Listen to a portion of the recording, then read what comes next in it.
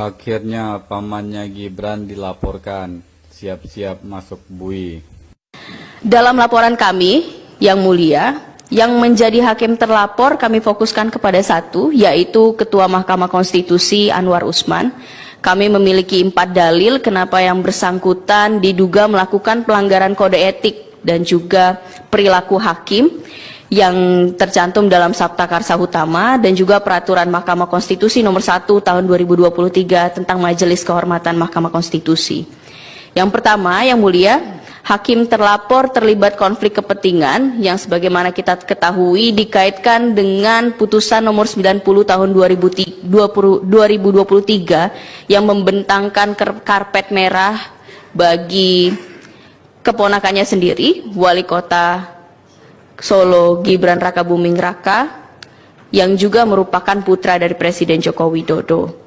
Keterlibatan di sini dalam arti yang bersangkutan tidak mengundurkan diri untuk memeriksa dan memutus perkara dan juga terlibat aktif untuk melakukan lobi dan memuluskan lancarnya perkara ini agar dikabulkan oleh hakim yang lain.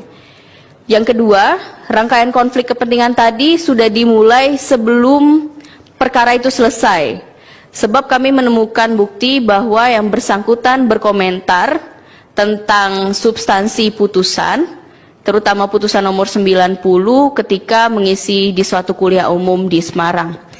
Yang ketiga adalah dalam kapasitasnya sebagai Ketua Mahkamah Konstitusi, hakim terlapor tidak menjalankan fungsi kepemimpinannya atau judicial leadership secara optimal dan juga tidak menjalankan dan menegakkan hukum acara pemeriksaan Mahkamah Konstitusi secara fair sebagaimana mestinya. Dan terakhir, hakim terlapor juga tidak tegas untuk merespon kejanggalan ataupun melakukan investigasi terhadap kondisi penarikan kembali satu perkara, terutama nomor 90 dan 91, dan juga tidak menginvestigasi adanya potensi pelanggaran pidana di sana. Untuk poin yang pertama, Yang Mulia, berkenaan dengan konflik kepentingan, di sini kami mendalilkan hakim terlapor melanggar prinsip independensi, prinsip ketidakberpihakan, dan juga prinsip integritas. Ini adalah satu hal yang dalam pandangan kami sangat fatal, apalagi dilakukan oleh seorang negarawan dan pucuk pimpinan dari lembaga Mahkamah Konstitusi. Apa yang dilakukan oleh yang bersangkutan tidak hanya berupa melanggengkan satu abusive judicial review atau menggunakan cara-cara yang konstitusional melalui pengujian undang-undang untuk mengabulkan satu kepentingan kelompok tertentu, terutama yang terkait dengan hubungan kekeluarganya sendiri, tetapi juga yang bersangkutan menerima adanya constitutional court capture atau penundukan terhadap Mahkamah Konstitusi yang menjadikan Mahkamah Konstitusi sebagai satu alat politik yang bisa digunakan oleh kekuasaan untuk menggolkan kepentingan tertentu.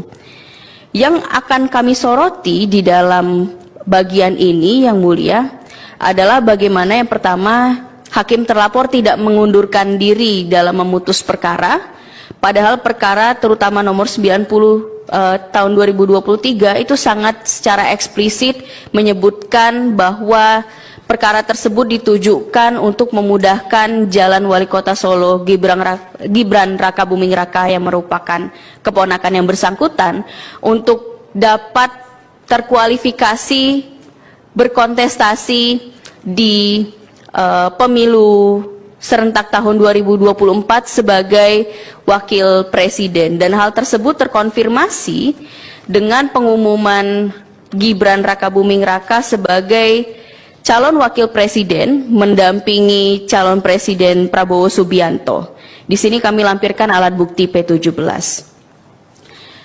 Lalu yang kedua, Yang Mulia, berdasarkan investigasi yang dilakukan oleh majalah Tempo pertanggal 22 Oktober 2023, khususnya artikel berjudul Bagaimana Anwar Usman Mengatur Putusan Mahkamah Konstitusi, di sini bisa terlihat peran yang dilakukan secara strategis dan aktif untuk berupaya untuk mengabulkan permohonan pada perkara AKO, bukannya malah melakukan judicial restraint, tetapi yang bersangkutan turut aktif untuk melobi hakim-hakim yang lain agar putusan tersebut dikabulkan. Kemudian yang ketiga, secara sukarela menyambut intervensi atau influence dari kekuasaan lain. Dan yang terakhir adalah dalam pandangan kami prinsip independensi itu tidak hanya tercermin dari cara-cara memeriksa perkara ataupun mengadili perkara, tetapi juga dicitrakan kepada publik. Dan yang bersangkutan gagal melakukan hal tersebut dan membuat publik bertanya-tanya berkenaan dengan objektivitas dan juga independensi dan imparsialitas hakim pasca putusan ini dikeluarkan. Yang mulia, kami juga membaca apa yang menjadi dissenting opinion dalam perkara 90, terutama yang disampaikan oleh Profesor Saldi Isra dan juga Profesor Arif Hidayat, bagaimana ada kejanggalan soal partisipasi Ketua Mahkamah Konstitusi di dalam beberapa perkara. Di perkara tentang pengujian batas usia menjadi calon presiden dan calon wakil presiden, ada 5 perkara. 3 perkara lain, nomor 29, 51, dan juga 55, yang bersangkutan tidak hadir di dalamnya. Kalau kami merujuk ke dalam investigasi majalah Tempo, diketahui bahwa ketidakhadiran yang bersangkutan bukan karena untuk menghindari konflik of interest, tetapi karena hakim terlapor meyakini bahwa perkara tersebut akan goal atau dikabulkan dan prasyarat di dalam pengujian undang-undang itu akan menyesuaikan dengan kebutuhan kualifikasi salah satu kandidat tertentu. Kemudian kejanggalan itu muncul ketika ternyata di 3 perkara ini mayoritas hakim konstitusi menolak permohonan pemohon. Dan di perkara nomor 90 dan 91, ketika hakim terlapor mengetahui hal tersebut, secara mendadak, tanpa dijadwalkan di rapat permusyawaratan hakim secara mendadak, rapat permusyawaratan hakim dijadwalkan untuk kemudian membahas putusan nomor 90 dan juga 91 yang kemudian menghasilkan satu privilege tertentu untuk keponakan yang bersangkutan. Ini kami sampaikan di dalil di halaman 9 dan juga di halaman 10 yang mulia. Kemudian praktik seperti ini, apalagi yang bersangkutan aktif sekali untuk melakukan lobbying dengan hakim-hakim yang lain, malah menempatkan yang bersangkutan menggelar karpet merah untuk politik dinasti.